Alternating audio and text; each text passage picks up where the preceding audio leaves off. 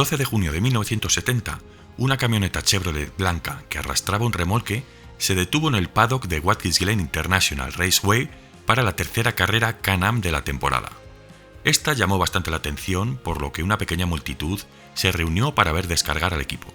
El pequeño coche de carreras blanco que reposaba encima del remolque no tenía ningún parecido con nada que se hubiese visto hasta la fecha, sin alerones, sin tomas de aire laterales, sin cortes salvajes o conductos NACA, y lo que era más extraño, apenas ni una curva en toda su estructura.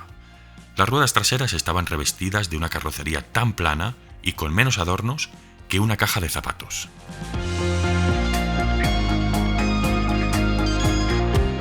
Desde la parte trasera del coche, dos ventiladores, como si fueran dos motores a reacción, custodiaban una extraña estampa que parecía más una cápsula de escape de Star Wars que un coche de carreras.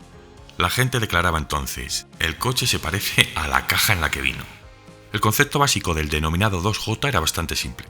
Si se pudiera conservar un vacío debajo del automóvil en movimiento, le mantendría adherido al asfalto con una carga aerodinámica muy superior. Además, con los últimos neumáticos de carreras más grandes, significaría más agarre y a su vez se traduciría en un paso por curva más eficiente y más rápido. Estas ideas generales no eran nuevas. El alemán Basa Nissin ya había solicitado una patente el 29 de diciembre de 1925. Ya hablaremos de eso. Un campeón del mundo quedó lo suficientemente impresionado con el concepto como para conducir el denominado Chaparral 2J y marcar la vuelta más rápida.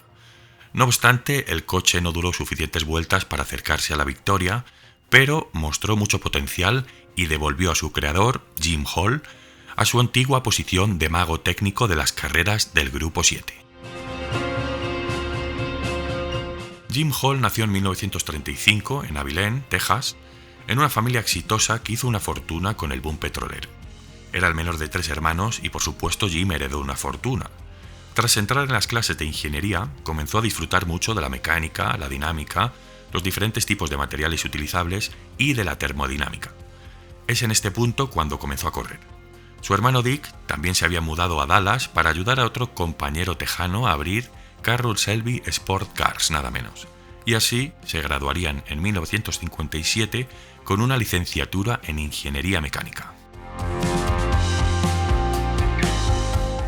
Ahora hay que tener en cuenta la línea del tiempo. En 1966 se estrenó el alerón ajustable y ese mismo año Chaparral ganó los arduos 1000 kilómetros de Nürburgring con el 2D de cabina cerrada. Entonces, como es habitual, en el 67 la FIA prohibía la aerodinámica móvil, pero en 1970 es cuando Chaparral estrenaba su mayor creación, el sigiloso 2J, un concepto demasiado adelantado a su tiempo para ser de este planeta. Durante 1968, los ingenieros del departamento de I+D de Chevrolet aprovecharon la fuerza aerodinámica de succión como un avance radical que podría revitalizar sus actividades bajo las órdenes de su nuevo jefe, Charlie Simmons. Con Jim Hall construyendo su Chaparral 2H por su cuenta para la temporada 1969, necesitaban algo nuevo que pudiera ayudar al tejano en el futuro. Después de que las pruebas con maquetas y vehículos de mula resultaran prometedoras, el ingeniero de I+D, Paul Van Valkenburg, dijo que necesitaba tener listo el nuevo concepto para la próxima temporada, la de 1970, y así fue. Los test iniciales del concepto se llevaron a cabo en una de las instalaciones de pruebas de General Motors en Michigan. Chevy R&D, Research and Development, puso a disposición su propio vehículo de pruebas de suspensión STV, Suspension Test Vehicle, que era más un banco de pruebas que un vehículo real. Este permitía probar las alturas de la suspensión, centros de gravedad, balanceos, geometrías y otras configuraciones pertinentes del bastidor. Y así es como el denominado STV se convirtió en la mula de pruebas para el nacimiento del Chaparral 2J.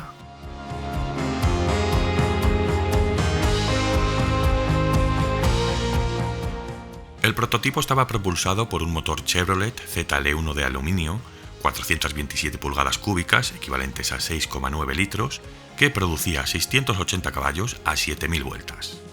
Acoplado a una transmisión semiautomática de convertidor de par y 3 velocidades y con un cuerpo de resina de fibra de vidrio, pesaba poco más de 815 kilos.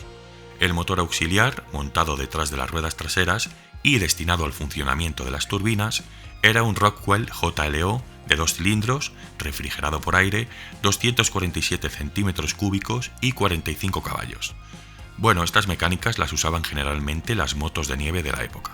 Por otro lado, los dos ventiladores traseros de 17 pulgadas procedían de un tanque M109 y eran capaces de expulsar 9.650 pies cúbicos de aire por minuto a 6.000 revoluciones. Con el motor Chevrolet apagado, la potencia de succión de las turbinas era tal que el coche se movía por sí solo a unos 50 km por hora, por lo que el conductor necesitaba tener el pie en el freno durante todo el procedimiento de arranque y de parada.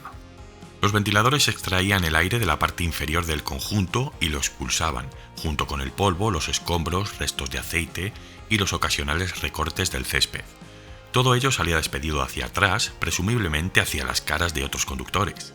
Dicho esto, era obvio que los pilotos comenzaron a quejarse y estas quejas fueron directamente a Hall. El coche arroja todo tipo de cosas y no nos permite ver cuando estamos detrás. A lo que Hall respondió: ¿y por qué no lo adelantas entonces? Gates, el ingeniero que había obtenido la aprobación de Simmons, se concentró en el sistema de succión del vehículo, mientras que Don Cox, Joe Marasco y Ernie de Fusco diseñarían la carrocería portante. El desafío que enfrentaron al crear unas formas adecuadas les obligó a ignorar las ideas aerodinámicas convencionales. Así, Gates desarrollaría el sistema de faldones y de ventilación, mientras que Don Cox, Ernie de Fusco y Joe Marasco se hicieron cargo de la estructura chasis. Para crear un vacío de presión negativa que succionara el conjunto hacia el suelo, el prototipo presentaba faldones alrededor de las 3/4 partes traseras de su cuerpo. Para ello, Hall se acercó a General Electric, donde podría utilizar un invento relativamente nuevo, el Lexan. Esto era un material plástico de policarbonato que era liviano, flexible y, lo más importante, prácticamente irrompible. Los faldones se moverían hacia arriba y hacia abajo a través de un sistema de cableado, poleas y brazos mecanizados que estaban atornillados a la suspensión.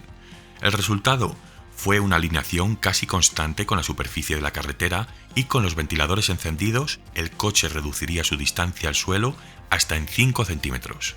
En teoría, el 2J podría generar más de 900 kilos de carga aerodinámica. Podemos acelerar a fondo sin que las ruedas patinen o sobreviren incontrolablemente, dijo Hall en Competition Press en 1970. No te puedes imaginar que el coche pueda detenerse tan rápido o tomar curvas de una forma tan brusca como este. El modelo se perdió las 2 primeras carreras de la temporada 1970. Jackie Stewart fue a Estados Unidos para conducir el 2J en Watkins Glen con un contrato firmado de tan solo una carrera. Se clasificó tercero. La tracción del automóvil, su capacidad para frenar y entrar profundamente en las curvas, es algo que nunca antes había experimentado en un automóvil de este tamaño o volumen. Esto lo escribió el campeón en su libro Faster. La suspensión del STV, por otro lado, era convencional. En la parte delantera tenía brazos transversales tubulares y conjuntos de muelle y amortiguador como los del Chaparral 2H.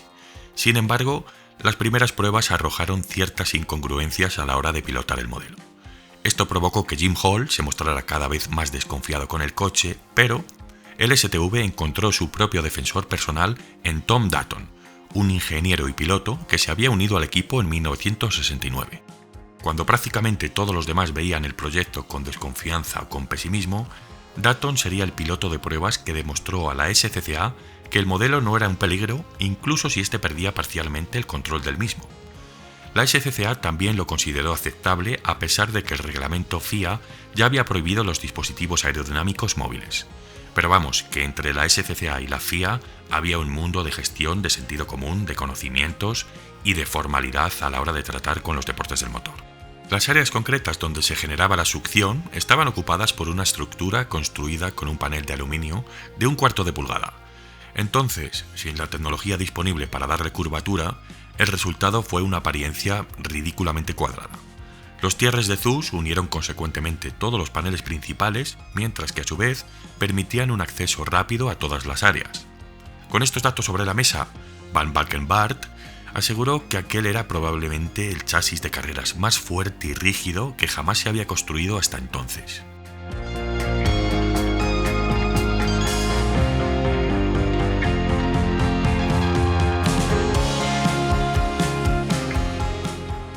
Finalmente, a pesar de ser un amigo cercano de los Hall, Bruce McLaren promovió las protestas contra los dispositivos aerodinámicos móviles. Por desgracia, justo antes del inicio de la temporada de 1970, Bruce McLaren fallecía mientras realizaba algunos tests. Pero el equipo decidió seguir adelante con las protestas tras ver cómo el 2J calificaba 3 segundos por vuelta más rápido que los McLaren, que hasta ahora todo lo conquistaban y que además utilizaban motores Chevrolet V8 muy similares. La SCCA terminó escuchando las réplicas y todo el asunto, ventiladores, faldones y Lexan, fueron incluidos en conjunto como dispositivos aerodinámicos móviles y por ende prohibidos. El británico Vic Elford dirigió el 2J en las 3 siguientes carreras Can-Am que se disputaron después de Watkins Glen. Su velocidad era innegable. Elford logró la pole en los 3 eventos, pero en Road Atlanta los problemas del motor auxiliar le relegaron al 6º lugar. Un fallo en el bloque Chevrolet le impidió arrancar en Laguna Seca y en Riverside el motor auxiliar, valga la redundancia, rompía su cigüeñal. Como siempre digo, estos son etapas de ensayo y error.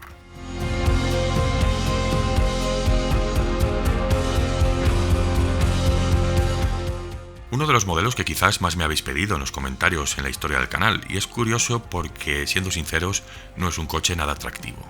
Diría que visualmente es bastante feo, es horroroso, ¿no? Así que sí lo es en cambio su historia y su tecnología, lo que demuestra que los Masters tenéis y os guiáis por cultura tecnológica, automotriz, del motorsport, y no por apariencia o por modas. Y eso me llena de orgullo, tener gente en el canal culta en este sector y que sabe de lo que habla. Dejadme en los comentarios, aquí por fin tenéis el famoso Chaparral. Y bueno, este coche tiene una historia profusa, no lo siguiente. He intentado compactar todos los datos, porque eran muchísimos, y traeros pues lo más relevante y lo más interesante, ¿no? Pero hay miles de anécdotas, de personajes alrededor de esta creación. Así que os leo a todos. Como siempre, dejadme vuestro apoyo, vuestro like, compartir el vídeo, ya sabéis, y nos vemos en el siguiente. Disfrutar de esta semana y muchísimas gracias, como siempre, Masters.